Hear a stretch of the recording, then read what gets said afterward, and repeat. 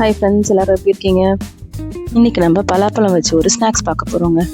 எங்கள் ஊரில் இதை திரளியப்பம்னு சொல்லுவாங்க. ஒரு 30 பலாப்பழ சொலையை வந்து நம்ம மிக்சியில் நல்லா பேஸ்ட்டாக அரைச்சி எடுத்துக்கலாங்க.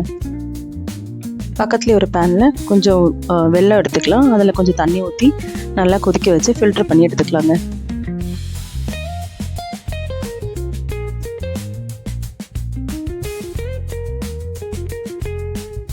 ஒரு பேன் சூட் பண்ணிக்கலாங்க. அதில் கொஞ்சம் நெய் ஊற்றிக்கலாம்.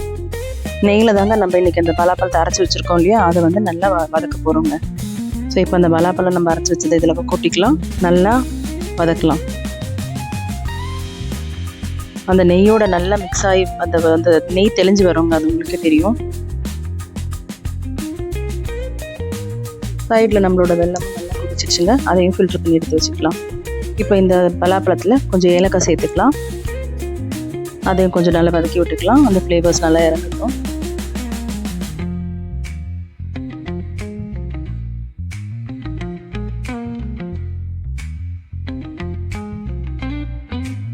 நல்லா வதங்கின உடனேவே நம்ம அதில் அந்த ஃபில்டர் பண்ணி வச்ச வெல்லத்தை சேர்த்துக்கலாம். வெல்லம் சேர்க்கறது வந்து ஒவ்வொருத்தவங்களோட டேஸ்ட்டை பொறுத்துங்க. ஸ்வீட்னஸ் எவ்வளோ வேணுமோ அதுக்கேற்றபடி நம்ம சேர்த்துக்கலாம்.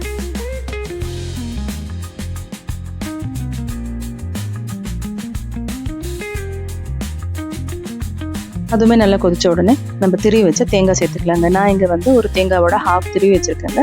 அது ஃபுல்லுமே சேர்த்துட்டேன். அதுக்கடுத்து வந்து அரிசி மாவு சேர்த்துக்கலாம். 2 கப் அரிசி மாவு சேர்த்துருக்கேங்க. அதை நல்லா மிக்ஸ் பண்ணி எல்லாமே மிக்ஸ் ஆகிற மாதிரி கிளறி விடலாங்க. ஒரு 70% குக் ஆனால் போதுங்க. ஏன்னா நம்ம திருப்பி இதை ஸ்டீம் பண்ணி வேக வைக்க தான் போகிறோம்.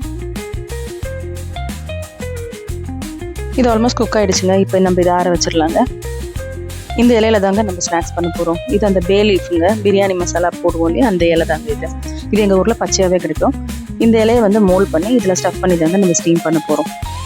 ஸோ அதுக்கு நம்ம ஒரு குச்சி யூஸ் பண்ணி அதை ஃபிக்ஸ் பண்ணணும் முதல்ல. ஸோ இந்த மாதிரி தான் மோல்ட் பண்ணணும்.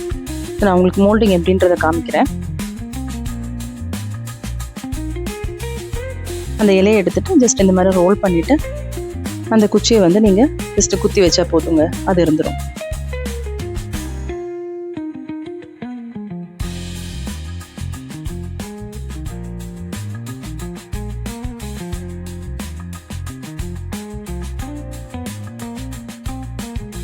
அந்த மோல்டில் வந்து நம்ம ஆல்ரெடி மிக்ஸ் பண்ணி வச்சுருக்கிற அந்த மாவை வந்து ஃபில் பண்ணிடலாங்க.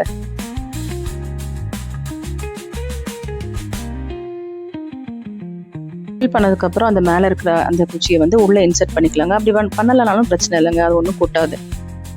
இந்த இன்கேஸ் உங்ககிட்ட அந்த பிரியாணி லீஃப் கிடைக்கல அப்படின்னா நீங்கள் வாழை இலையில கூட பண்ணிக்கலாம். இந்த மாதிரி இலையை எடுத்துகிட்டு நல்லா அதை வந்து ப்ரெஸ் பண்ணி இந்த மாதிரி பண்ணிட்டீங்கன்னா வாழை இலையில கூட நம்ம இதை பண்ணலாங்க. ஜஸ்ட் அதை ஃபோல்ட் பண்ணால் மட்டும் போதும். அண்ட் ஸ்டீம் பண்ணி எடுத்துக்கலாம்.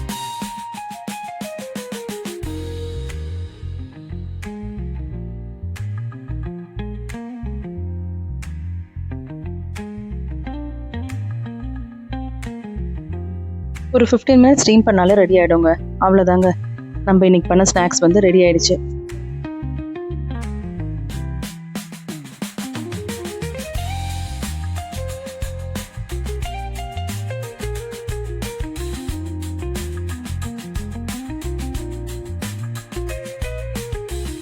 கண்டிப்பாக நீங்கள் எல்லோரும் இந்த ஸ்நாக்ஸை ட்ரை பண்ணி பாருங்கள். அண்ட் இந்த வீடியோ உங்களுக்கு பிடிச்சிருக்குன்னா கண்டிப்பாக லைக் பண்ணுங்கள், ஷேர் பண்ணுங்கள், சப்ஸ்கிரைப் பண்ணுங்கள். தேங்க்ஸ் ஃபார் வாட்சிங். பாய்.